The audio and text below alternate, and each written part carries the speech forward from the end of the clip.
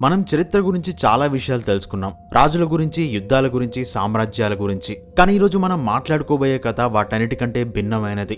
ఇది చరిత్ర పుస్తకాల్లోని ఒక చీకటి అధ్యాయం. ఇది మనుషులు తమ ప్రాణాలను కాపాడుకోవడానికి ఎంతటి దారుణాలకు తెగించగలరో చెప్పే ఒక నిజమైన భయంకరమైన కథ. ఇది సముద్రం మధ్యలో జరిగిన ఒక నరమేధం, ఒక వెన్నుపోటు మరియు మానవత్వం మరణించిన కథ.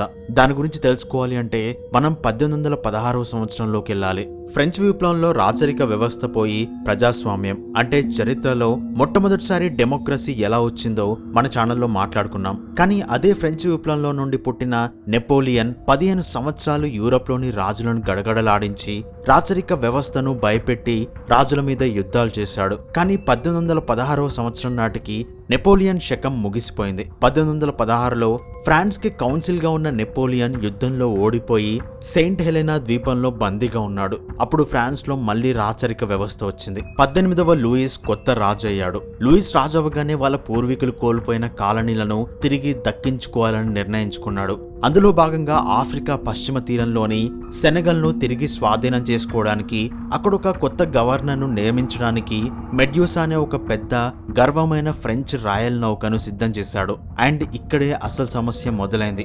ఈ మెడ్యూసా ఓడకు కెప్టెన్ గా డి చామరేస్ అనే వ్యక్తిని నియమించాడు. ఇతను ఎలాంటి వాడంటే ఇతను ఒక అరిస్టోక్రాట్ అంటే రాజు కుటుంబానికి దగ్గరివాడు. నెపోలియన్ కాలంలో దేశం విడిచి పారిపోయి ఇప్పుడు రాజు తిరిగి రాగానే నేను రాజుగారి మనిషిని అని చెప్పుకొని తన పలుకుబడిని ఉపయోగించి ఈ కెప్టెన్ ఉద్యోగాన్ని సంపాదించాడు. కానీ అతను ఓడ నడిపి 25 సంవత్సరాలైంది. సముద్రం గురించి, ఓడ నడపడం గురించి దాదాపు అన్ని మర్చిపోయాడు.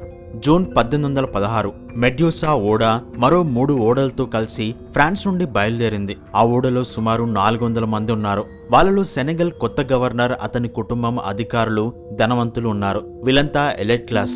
అండ్ వాళ్లకు సేవ చేయడానికి, పని చేయడానికి సుమారు 200 మంది సైనికులు, నావికులు, సామాన్య ప్రయాణికులు ఉన్నారు. వీళ్ళంతా లోవర్ క్లాస్. అయితే కెప్టెన్ చామరేస్ తన అహంకారంతో నేను అందరికంటే ముందు సెనెగల్ చేరాలి అని నిర్ణయించుకున్నాడు. అతను మిగతా 3 ఓడలను వెనక్కి వదిలేసి తన మెడ్యూసాను వేగంగా ముందుకు నడపడం మొదలుపెట్టాడు. కానీ అతనికి సముద్రం మ్యాపులు చదవడం రాదు. అతను తనకంటే తక్కువ స్థాయి అధికారుల సలహాలను అస్సలు పట్టించుకోలేదు. ఆఫ్రికా తీరం దగ్గర అర్గుయన్ బ్యాంక్ అనే ఒక భయంకరమైన, ప్రమాదకరమైన ఇసుక తిన్నెల ప్రాంతం ఉంది. అది ఓడలకు ఒక డెత్ ట్రాప్ లాంటిది. మిగతా ఓడలన్నీ ఆ ప్రాంతానికి దూరంగా సేఫ్ గా వెళ్తుంటే మన కెప్టెన్ మాత్రం నాకు అన్నీ తెలుసు అనే గర్వంతో డైరెక్ట్ గా ఆ ఇసుక తిన్నెల మీదుగా ఓడను నడిపించాడు. దాంతో జూలై 2వ తేదీ 1816లో ఆ భారీ మెడ్యూసా నౌక భయంకరమైన శబ్దం చేస్తూ ఆ ఇసుక తిన్నెల్లోకి దూసుకుపోయి ఓడ పగిలిపోయింది. దాంతో నీరు లోపలికి రావడం మొదలైంది. ఓడ మునిగిపోవడం ఖాయమని తెలిసిపోయింది. ఓడలో 400 మంది ఉన్నారు. కానీ ఓడలో ఉన్న లైఫ్ బోట్లు కేవలం 250 మందికి మాత్రమే సరిపోతాయి. ఇప్పుడు ఏం చేయాలి?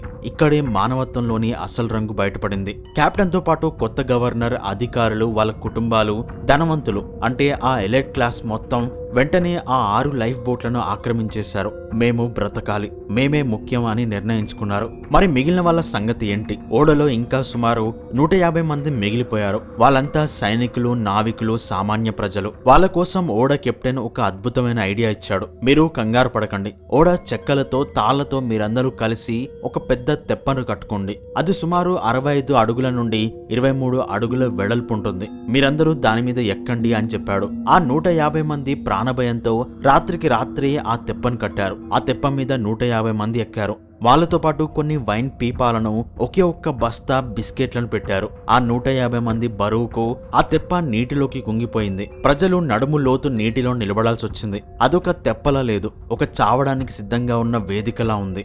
సరే, ఇప్పుడు ఈ తెప్పను ఒడ్డుకు ఎలా తీసుకెళ్లాలి? కెప్టెన్ మళ్ళీ మాటిచ్చాడు, మీరు భయపడకండి, మేమంతా లైఫ్ బోట్లతో సురక్షితంగా ఉంటాం కదా.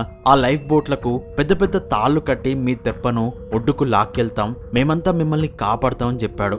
ఆ 150 మంది ఆ అధికారుల మాటలను నమ్మారు.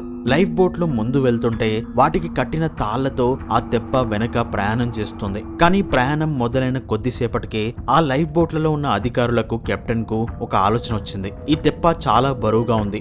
దీన్ని లాగడం వల్ల మనం నెమ్మదిగా వెళ్తున్నాం. ఒకవేళ తుఫాన్ వస్తే ఈ తెప్ప బరువు వల్ల మనం కూడా మునిగిపోతామేమో.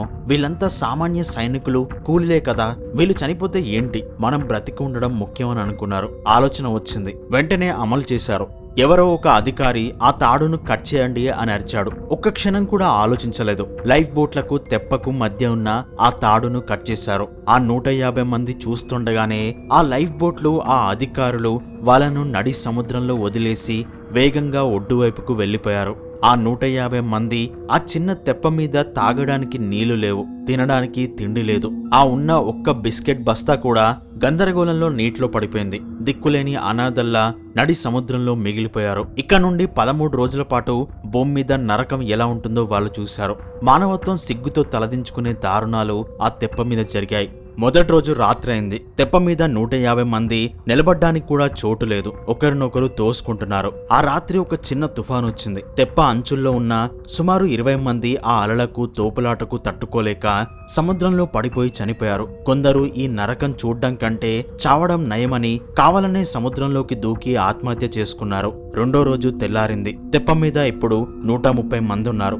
ఆకలి, దాహం మొదలయ్యాయి. సూర్యుడు నడినెత్తిన మండుతున్నాడు. తాగడానికి మంచినీళ్ళు లేవు. వాళ్ళ దగ్గర ఉన్నది కేవలం మద్యం అంటే వైన్ మాత్రమే ఉంది.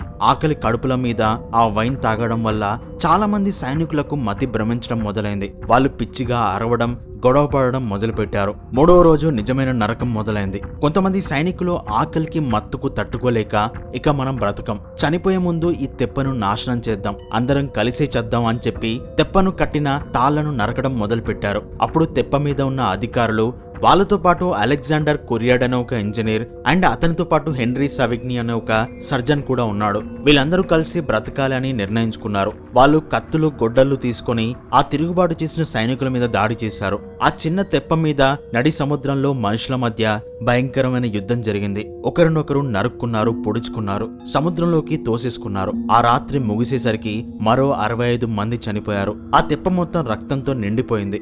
శవాలు ఒకదానిపై ఒకటి పడి ఉన్నాయి. 4వ రోజు తెల్లారింది. తెప్ప మీద ఇప్పుడు సుమారు 60 మంది మాత్రమే బ్రతికి ఉన్నారు. వాళ్ళ చుట్టూ వాళ్ళ స్నేహితుల శవాలున్నాయి. మరోవైపు వాళ్ళకి ఆకలి దహించేస్తుంది. అప్పుడు ఆ తెప్ప మీద ఉన్న ఒక వ్యక్తి ఆ భయంకరమైన ఆలోచన చేశాడు. మనం బ్రతకాలంటే తినాలి. మన దగ్గర తినడానికి ఏమీ లేవు, ఈ శవాలు తప్ప. అంతే, మానవత్వం ఓడిపోయింది. మృగం గెలిచింది.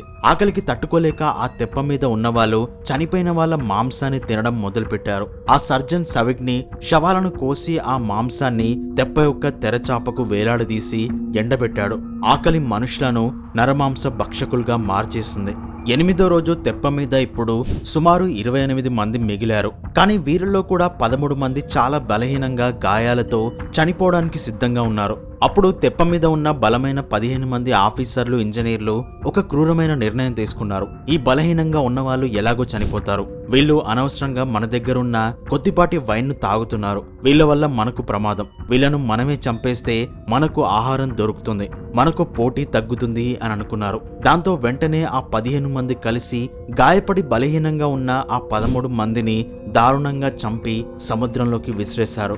ఇది ఆకలి కోసం చేసిన హత్య కాదు, ఇది మిగిలిపోయిన వైన్ కోసం చేసిన హత్య. ఆ 13 మందిలో ఒక క్యాబిన్ బాయ్ అంటే ఒక చిన్న పిల్లాడు కూడా ఉన్నాడు. ఇప్పుడు తెప్ప మీద మిగిలింది కేవలం 15 మంది. 13వ రోజు ఆ 15 మంది మనుషుల్లా లేరు, ఎముకల గూళ్ళల్లా ఉన్నారు. వాళ్ళ కళ్ళల్లో ప్రాణం లేదు, పిచ్చి పట్టినట్టుగా చూస్తున్నారు. వాళ్ళ ఒంటి మీద బట్టలు లేవు, ఉప్పు నీటికి వాళ్ళ చర్మం కుళ్ళిపోతుంది. వాళ్ళు ఎండకు మాడిపోయారు. వాళ్లకు బ్రతకాలనే ఆశ కూడా పోయింది.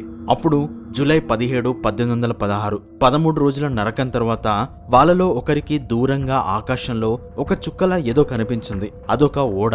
అది అర్గస్ అనే ఒక ఓడ. దాన్ని చూడగానే ఆ 15 మందికి ప్రాణం లేచొచ్చింది. వాళ్ళలో ఉన్న చివరి శక్తిని కూడదీసుకొని బట్టలు ఊపుతో అరిచారు. ఆ ఓడ వాళ్ళని చూసింది. ఆ ఓడలోని నావికులు ఆ తెప్ప దగ్గరికి వచ్చి దాని మీద ఉన్న దృశ్యం చూసి భయంతో, అసహ్యంతో వాంతి చేసుకున్నారు.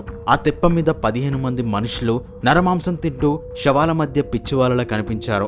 150 మందితో మొదలైన ఆ తెప్ప ప్రయాణం 13 రోజుల తర్వాత 15 మంది ప్రాణాలతో ముగిసింది. ఈ కథ ఇక్కడితో అయిపోలేదు. ఆ బ్రతికిన 15 మందిని కెప్టెన్ చామరేస్ తో పాటు గవర్నర్ ఉన్న సెనెగల్ తీరానికి తీసుకెళ్లారు. అక్కడ ఆ అధికారులు ఈ 15 మందిని చూసి భయపడిపోయారు. మీరు చూసిన దారుణాల గురించి, ముఖ్యంగా ఆ తాడు కట్ చేసిన విషయం గురించి, ఆ నరమాంస భక్షణ గురించి ఎక్కడా ఎవరితోనూ చెప్పకూడదు. ఇది ఫ్రాన్స్ రాజుగారి పరువుకు సంబంధించిన విషయమని బెదిరించారు. ఆ కెప్టెన్ చామరేస్ తన తప్పును కప్పిపుచ్చుకోవడానికి ఓడ ప్రమాదం జరిగింది, కానీ మేము చాలా మందిని కాపాడామని ఫ్రాన్స్ కు తప్పుడు రిపోర్ట్ పంపించాడు. కానీ ఆ బ్రతికి బయటపడిన ఆ 15 మందిలో ఆ సర్జన్ హెన్రీ సవిగ్ని, ఆ ఇంజనీర్ అలెగ్జాండర్ ఈ అన్యాయాన్ని, ఆ వెన్నుపోటును సహించలేకపోయారు. వాళ్ళు ఫ్రాన్స్ తిరిగి రాగానే 1817లో ఆ తెప్ప మీద ఏం జరిగిందో, ప్రతి నిమిషం ప్రతి దారుణం, కెప్టెన్ ఎలా పారిపోయాడో, అధికారులు తాడు ఎలా కట్ చేశారో, వాళ్ళు ఎలా నరమాంసం తినాల్సి వచ్చిందో, ఆ బలహీనులను ఎలా చంపారో అన్ని వివరంగా రాసి ఒక పుస్తకాన్ని పబ్లిష్ చేశారు. ఆ పుస్తకం ఫ్రాన్స్ లో ఒక రాజకీయ బాంబులా పేలింది. ప్రజలు షాక్ అయ్యారు. నెపోలియన్ కంటే గొప్ప పాలన అందిస్తామన్న కొత్త రాజు ఇంత అవినీతిపరుడా, ఒక అసమర్థుణ్ణి కెప్టెన్ చేసి 150 మంది చావుకు కారణమయ్యాడా అని ప్రజలు, ప్రతిపక్షాలు రాజును నిలదీశాయి. ప్రభుత్వం ఈ పుస్తకాన్ని బ్యాన్ చేయడానికి ప్రయత్నించింది, కానీ అప్పటికే జరగాల్సిన నష్టం జరిగిపోయింది. కెప్టెన్ చామరేస్ ను అరెస్ట్ చేసి కోర్టులో నిలబెట్టారు. కానీ అతను రాజకుటుంబానికి దగ్గరవాడు కాబట్టి అతనికి కేవలం 3 సంవత్సరాల జైలు శిక్ష వేసి వదిలేశారు. ఇది ప్రజల కోపాన్ని మరింత పెంచింది. ఈ మొత్తం కథ ఆనాటి సమాజాన్ని కుదిపేసింది. అప్పుడు థియోడర్ జెరికే అనే ఒక 27 ఏళ్ల పెయింటర్ ఉండేవాడు. అతను ఈ కథను విని, ఇది కేవలం ఒక ఓడ ప్రమాదం కాదు, ఇది మానవత్వం యొక్క అసలు స్వరూపం, ఇది ఆనాటి రాజకీయ అవినీతికి, మనిషి యొక్క ప్రాణభయానికి నిలువుటద్దం అని అతను భావించాడు. అతను ఈ సంఘటనకు the raft of the medusa అనే పేరుతో ఒక పెయింటింగ్ ని గీయాలని నిర్ణయించుకున్నాడు. ఆ తెప్ప మీద బ్రతికిన సర్జన్ ని, ఇంజనీర్ ని కలిసి వాళ్ళను ఇంటర్వ్యూ చేసి ప్రతి చిన్న వివరాలు తెలుసుకున్నాడు. ఆ తెప్ప ఎంత పెద్దదిగా ఉందో అదే సైజులో ఒక నమూనాను తన స్టూడియోలో కట్టించుకున్నాడు. కానీ అసలు భయంకరమైన విషయం ఏంటంటే, ఆ చనిపోతున్న మనుషుల చర్మం రంగు, ఆ కుళ్ళిపోతున్న శరీరం సరిగ్గా గీయడం కోసం అతను హాస్పిటల్ కి వెళ్లి చనిపోవడానికి సిద్ధంగా ఉన్న రోగులను గీశాడు.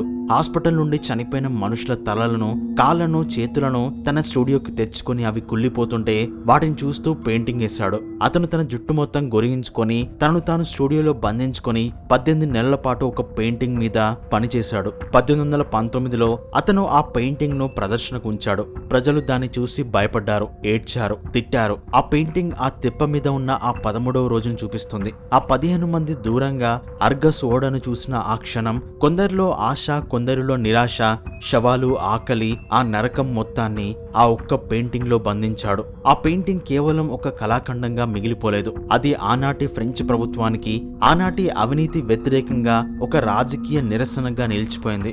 ది రెక్ ఆఫ్ ది మెడ్యూసా ఇది కేవలం ఒక ఓడ ప్రమాదం కాదు. ఇది మనకు చాలా విషయాలు చెప్తుంది. అధికారం, సంపద ఉన్నవాళ్ళు కష్టకాలంలో సామాన్యులను ఎలా బలి చేస్తారో చెప్తుంది. ప్రాణం మీద తీపితో, ఆకలితో మనుషులు ఎంతటి రాక్షసులుగా మారగలరో చెప్తుంది. ఈ కథ, ఆ పెయింటింగ్ ఈ రోజుకి మనల్ని వెంటాడుతూనే ఉంటాయి. ఎందుకంటే అది 1816లో జరిగిన ఆ స్వభావం, ఆ అత్యాశ మనుషుల్లో ఎప్పటికీ మారవేమో. సో దీని గురించి మీరేమనుకుంటున్నారో కింద కామెంట్ చేయండి. అండ్ వీడియో నచ్చితే తప్పకుండా లైక్ చేయండి. అలాగే మీరు ఈ వీడియోని కొత్తగా చూస్తున్నట్లయితే మన ఛానల్లోకి వెళ్ళి చరిత్రలో మీరు ఎప్పుడూ వినని కొత్త విషయాలను వీడియో రూపంలో ఉన్నాయి చూసి నచ్చితేనే సబ్స్క్రైబ్ చేసుకోండి. మరొక కొత్త వీడియోతో మళ్ళీ కలుద్దాం. అండ్ ఇంతవరకు వీడియోని చూసినందుకు థ్యాంక్స్ ఫర్ వాచింగ్.